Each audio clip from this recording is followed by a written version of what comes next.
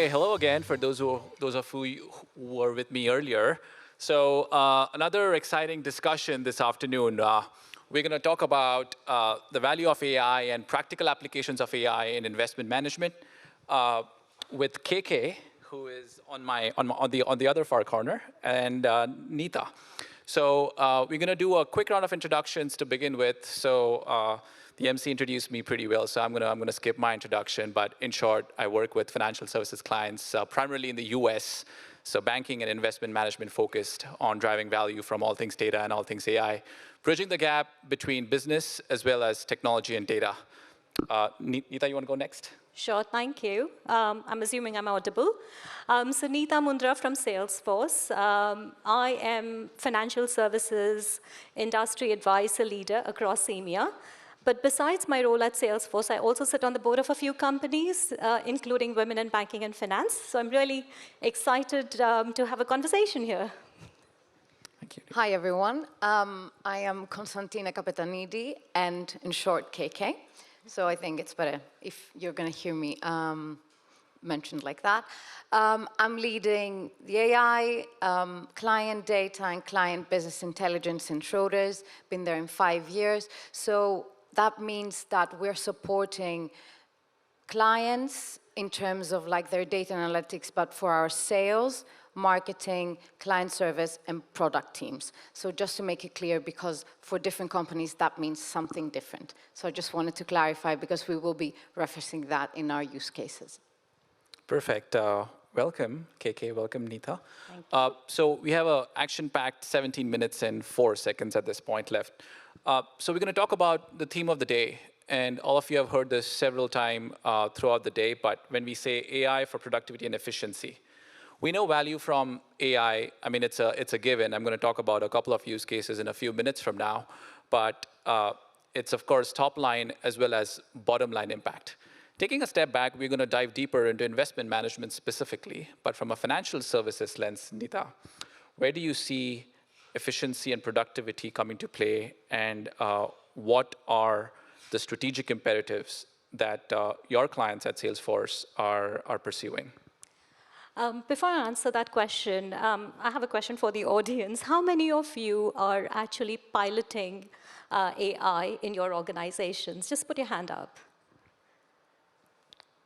All right, quite a few hands. And this is exactly what we are seeing, right? Across industries, a lot of organizations are piloting AI. However, what's really holding them back is do-it-yourself implementations, the hidden cost, the siloed data, the training, et cetera, right? And while the organizations or the industry sees a huge value in the form of productivity gains and efficiency gains, they're just not able to scale. And that's the challenge, right, that we are trying to address at Salesforce with AI Agent Force. So with Agent Force, we actually go beyond the co-pilots. And these are our new intelligent, low hallucination agents, which actually are helping organizations drive scale with accuracy and efficiency. Now, what really is this, right? So this is an exciting journey for us now at Salesforce. All of this, the CRM data plus AI plus agents are all embedded on one single platform. And that helps organizations drive scale, drive productivity, drive efficiency at pace, and yield a higher return on investment. So while there are multiple agents that we have, I'm going to focus on 3 agents which are important for asset management and financial services as a whole. The first is the service agents. Now, the service agents are these autonomous agents that can engage with customers 24/7 in natural language. And they can resolve the queries and cases of the customers much faster and much accurately. So, in fact, one of our customers recently published a status, Wiley, a publisher company in the US. They published a stat that they have seen 40% improvement in their case resolution with Agent Force versus their chatbot.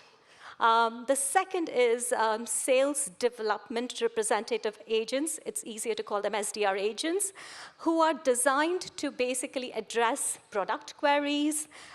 They can, handle objections, and they can book meetings for the sales reps. All of this is, again, to drive efficiency. All our agents are omni-channel, so no matter what your preferred channel is, they can generate leads. And the last is the sales coach. The sales coach are designed to basically help the sales team to efficiently drive sales faster, and then, of course, improve the assets under management. So that's really the big shift that we are focusing on as an organization. Thank you for the concrete examples there, Neeta. I think very impressive indeed. I know it's a recent release. I myself am excited to see what's under the hood. Sticking to the same theme on your end, KK, when you look at speed, productivity, efficiency, cost savings, all of those kind of go hand in hand. What's your experience been at Schroders? Now, follow my trail of thought a little bit. Who here follows Taylor Swift or knows about it? About her, sorry. Very well. So have we heard about the earthquakes that this Shake It Off song is creating? No? Yes, perfect, okay. So I think that when Gen AI and all of this was made available to the public, it was a shake it off moment for Schroders and for asset management and for all the industries. At least it was to us. It really, when this happened, within 4 weeks, we had a contract signed with OpenAI, right, to have access. It was the first contract that we managed to sign. I really mean it. We have governance papers that last. For procurement, it takes us months. So 4 weeks for us to sign contracts with OpenAI. We had ethics and governance committees spinning up in 2 weeks' time. And across wealth and asset management, we had 500 to 600 use cases across the board, no kidding, within 4 weeks.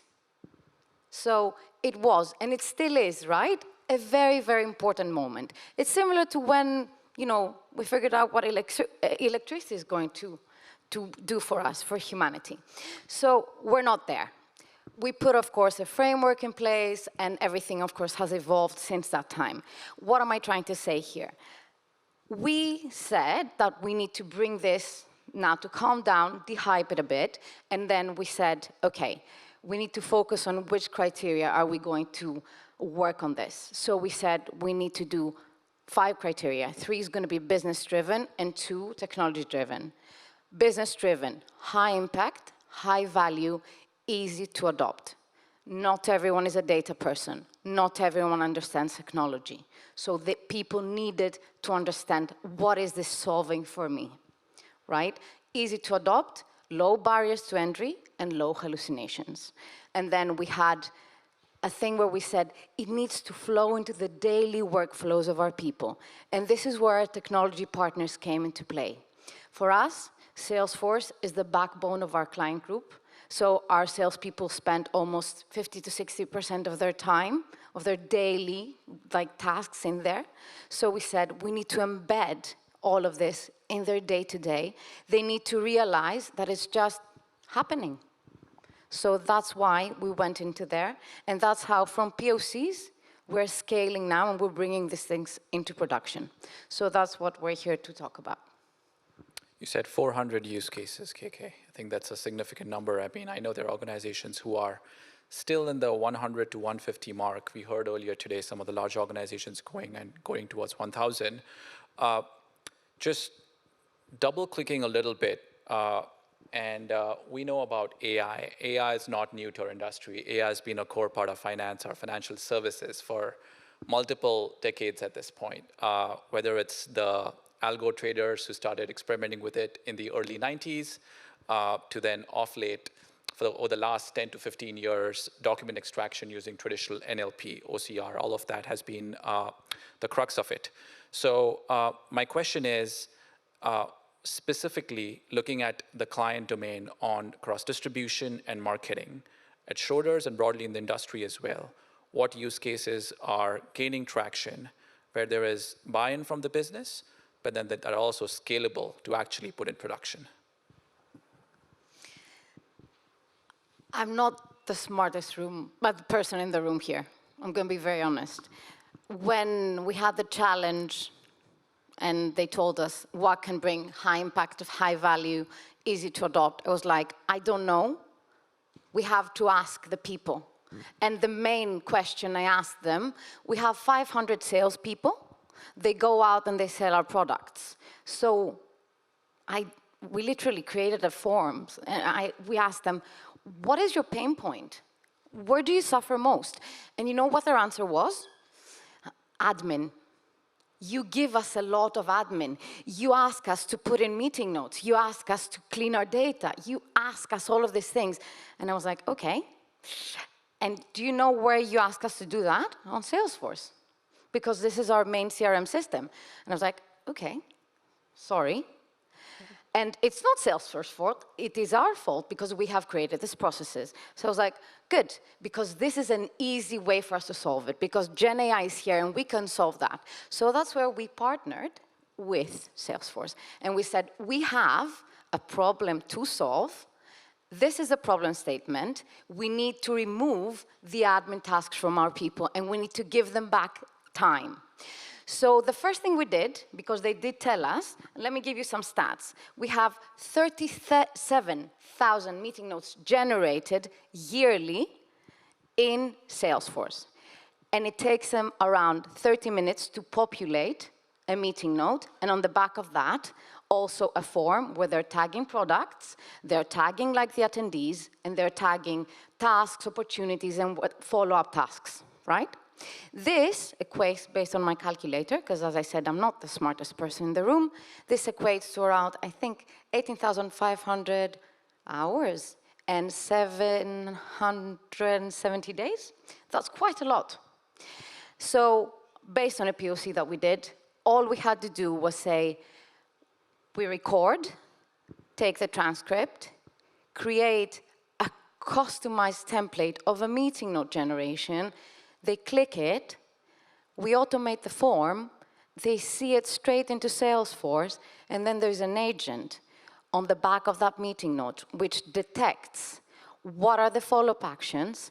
It can automatically suggest the follow-up actions. The people remain in the loop. They can say, yes, yes, yes, I agree, this should be done, and the agent can take the actions directly into Salesforce. So all of these are being done. Now, you might wonder, what meeting notes? Why is that important? The importance of good meeting notes, redemption opportunities, opportunities for cross-sell, opportunities for new leads, opportunities to understand who has connections with whom. The importance of good meeting notes. Good meeting notes is such a wealth, like a good data source. Good data, you have no idea. So I think that's what we did, and this is what I wanted to talk to you about. As I said, it's not something groundbreaking. We did prove that we can make this happen, and we're actually moving this now into production. And Konstantina, this is all with structured and unstructured data, right? So, yeah, exactly. Yeah, which is amazing. Should I add further on this? So across asset management, besides the use case that Konstantina said, right? So we are seeing a lot more differentiation in the industry, right? The key one I want to focus on is, I think the asset management industry is looking to drive that integrated marketing, sales, service journeys with actions and task creation, which is basically the end-to-end processes with AI. And that's really what we are helping asset management and wealth management firms focus on, right? So there are multiple use cases, which I'm sure you all have heard of and are piloting with, right? Summarization, account summary, annual report summarization, personalized campaigns, etc. But what really excites me now, we have acquired a new company called as 10x, which I'm sure you've seen in the news, which is a voice AI-driven company. So now we are launching and creating with our customers innovation in autonomous avatars of advisors or the relationship managers, where they can share the research or the investment reports with their customers and re-engage with the customers or investors or clients who are not as actively engaged with them. So that is actually a revenue generating mechanism for relationship managers and advisors to drive personalization and re-engage with their customers to increase the assets under management. Superb. So going back to your example there, Konstantina, on meeting notes, it may sound trivial, but it is very high impact. And I think that's what we call low-hanging fruit, is if it's easier to execute and high impact, let's chase it. On your note, Neeta, I think across the Atlantic, across the several clients we're serving in the investment management space, there are two main themes that are sticking out. Broadly, it's within the capability of giving time back to the business. So whether it's generating fund prospectuses, generating marketing summaries, generating automated first drafts of a client RFP response, that's one. And then number two, on the advisory front, how do I make my relationship manager advisor's life easier by giving them the wealth of knowledge about their clients, about the history at their fingertips? It's going to help them get back the time that they want to spend on meeting prep or live during meetings. So a lot of exciting stuff going on. So now, as we heard about use cases, I mean, we have heard this quote at least once today: with great AI comes great responsibility. Every organization in finance has taken the plunge. Some have scaled rapidly to production. Some have stopped at POCs. From a responsibility, ethics, and governance perspective, I wanted to get your sense for both of you on which dimensions, which parameters you see are the most important as we look to unlock value, speed, and scale. So I'll start with you, Neeta, and then we'll go to you, KK. Yeah, and I can see the time over there, so I'm cognizant of it, so I'm going to make it quick. I think all of these are important, right? It's difficult to say it's one versus the other. Yep.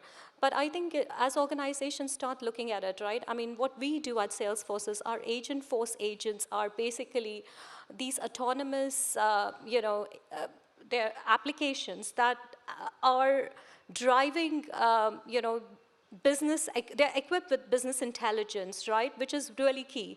And they're trusted because they are grounded in the organization's data based on Einstein trust layer. And that's how we are focusing on this, right? And our Einstein trust layer keeps the organization's data secure. With our secure gateway, it has frameworks like masking, demasking, detection of all the hallucinations and toxicity. And then the best part is it's all based on zero data retention policies. So that's what we are trying to do at Salesforce from a governance point of view, trust perspective, and of course, driving ethics-driven AI. Yeah.